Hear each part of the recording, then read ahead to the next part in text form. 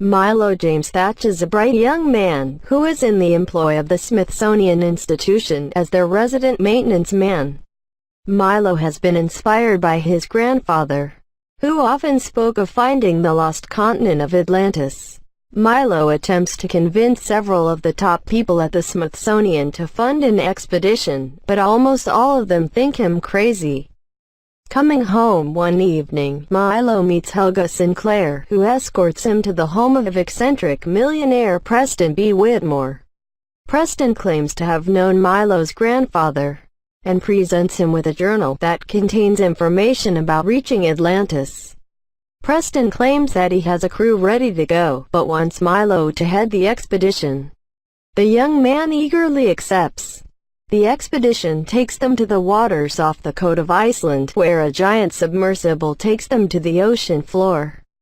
Milo cautions the crew that something known as the Leviathan may be guarding the entrance to Atlantis.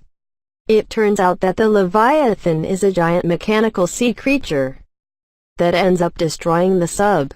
Luckily, Milo and some of the crew escape, finding themselves in an underground cavern.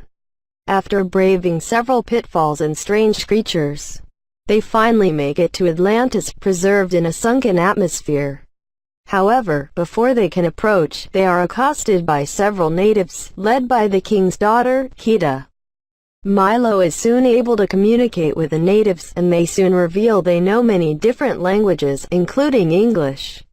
Kida leads the group into Atlantis, where she takes them to her father. Kida's father is not at all pleased to meet these strangers, and requests that they leave. However, a member of the expedition party named Rourke requests to stay one day, and is granted this request. After they are dismissed from the chambers, Milo explains that he feels the king is hiding something, and Rourke says he wants to know what. Milo is requested by the others to gain this information, and soon after meets with Kida. While Milo wants to know more about Atlantis, Kida is curious about the outside world. Milo shows Kida the journal, and also finds that the Atlanteans' crystals around their necks also function as a key that can animate stone objects with flight. Kida explains that their civilization has lost the ability to read their own language, but Milo is able to decode the text on sunken ruins under the city. According to the information, there is a crystal that connects to the necklaces worn by the Atlanteans, and is considered their heart. Milo and Kida are soon accosted by Rourke, who it is revealed has come to Atlantis to find the crystal for monetary purposes.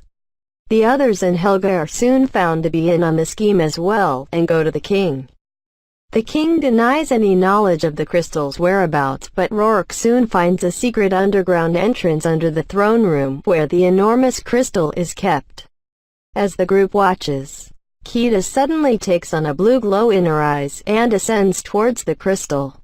As they watch, the crystal fuses with her, making her a glowing blue figure. Rourke and the rest of the team bring the crystal, Kida, above ground, sealing her in a metal box.